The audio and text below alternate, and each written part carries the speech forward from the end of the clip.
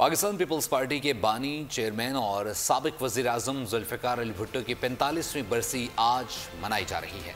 बरसी के मौके पर सिंध भर में आम तातील है। रमज़ानुल मुबारक के एहतराम में मुल्क भर में सादगी से तक़रीबात मुनक़्क़िद की जाएंगी। ज़ुल्फ़िकार अली भुट्टो की ज़िंदगी पर देखते हैं ये रिपोर्ट।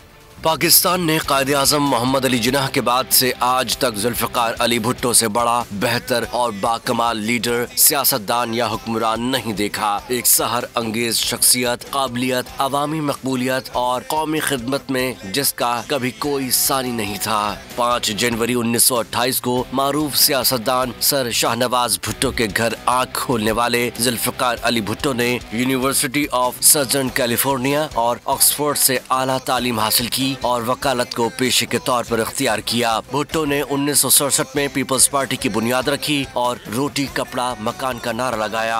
मुख्तसर वक्त में अवाम में मकबूलियत हासिल की। भुट्टो ने 1971 से 1973 तक पाकिस्तान के चौथे सदर के तौर पर खिदमत अंजाम दी। 1973 में तौर पर नए आइन की मंजूरी के बाद 14 अगस्त 1973 को पाकिस्तान के वजीर आजम बने, जबकि 28 मार्च 1977 को ज़ुल्फ़िकार अली भुट्टो ने दूसरी बार वजीर आजम के ओहदे का हल्फ उठाया। बानी पीपल्स पार्टी के दौर इक़्तिदार में जौहरी प्रोग्राम शुरू हुआ। स्टील मिल और कौमी पैदावारी इदारे बने।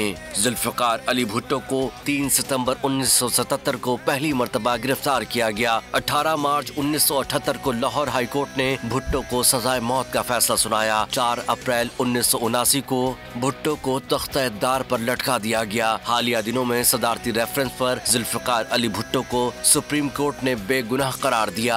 बरसी के मौके पर सिंध भर में आम तातील है। तालीमी इदारे, सरकारी और निजी दफातर बंद हैं। रमजान मुबारक के एहतराम में सादगी से तकरीबात मुनक्किद की जा रही हैं।